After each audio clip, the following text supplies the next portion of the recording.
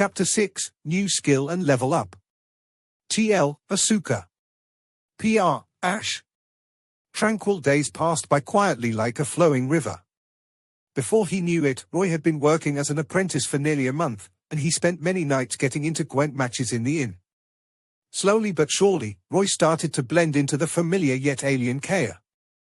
Over the month of working and playing Gwent, Roy managed to save up 60 crowns, most of which came from Jack and Sega. The money was enough to sustain a trip to Vengerberg or any big city. Roy wanted to win more crowns, but Sega and Jack started bringing their guards up when around him. They stopped playing Gwent with him, and Roy lost his greatest source of income.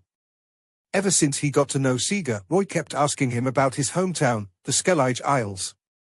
He was trying to forge a bond with Sega. He spent 50 crowns purchasing a dagger and a small crossbow from Sega.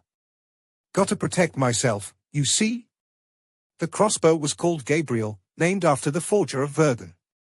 It was grey in color, and Roy could hold it with one hand. Sega also gave him 20 wooden crossbow bolts as a gift. Any other Eden blacksmith wouldn't have sold Gabriel to a scrawny boy like Roy, but Sega was different. He came from the Skellige Isles, and he was an honest man. Sega believed that a man should always possess a weapon from a young age in order to stay safe amidst the chaos. Children as young as 10 would have started swinging weapons around on Skellige Isles, so he didn't mind selling Gabriel, especially when he had taken a liking to Roy. Asterisk. Compared to the crossbows that could have been easily found in the game, the crossbow Sega gave him was powerful. It might have had an outdated structure, short range, and slow reload, but at least crossbows didn't demand any skill. Even weak children and the elderly could use it. As long as they held it steady and shot straight, even elite soldiers could be hurt. The crossbow was the perfect choice for Roy, who had no combat experience, and had a lower constitution than the average adult. At least it was better than a melee weapon. His perception rivaled an adult's, and he had a broad range of sight, making him an efficient ranged fighter.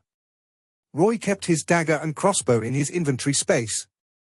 It was a convenient thing for Roy.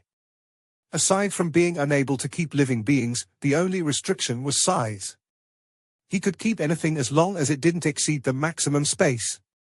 All he had to do was think about the item, and it would show up in his hands. As dawn broke through the horizon, the dewdrops on the weeds flanking the street started to glisten under the sunlight. Roy, as usual, was going to the butcher's place. He would wave at the villagers on the way there, but most of them ignored him.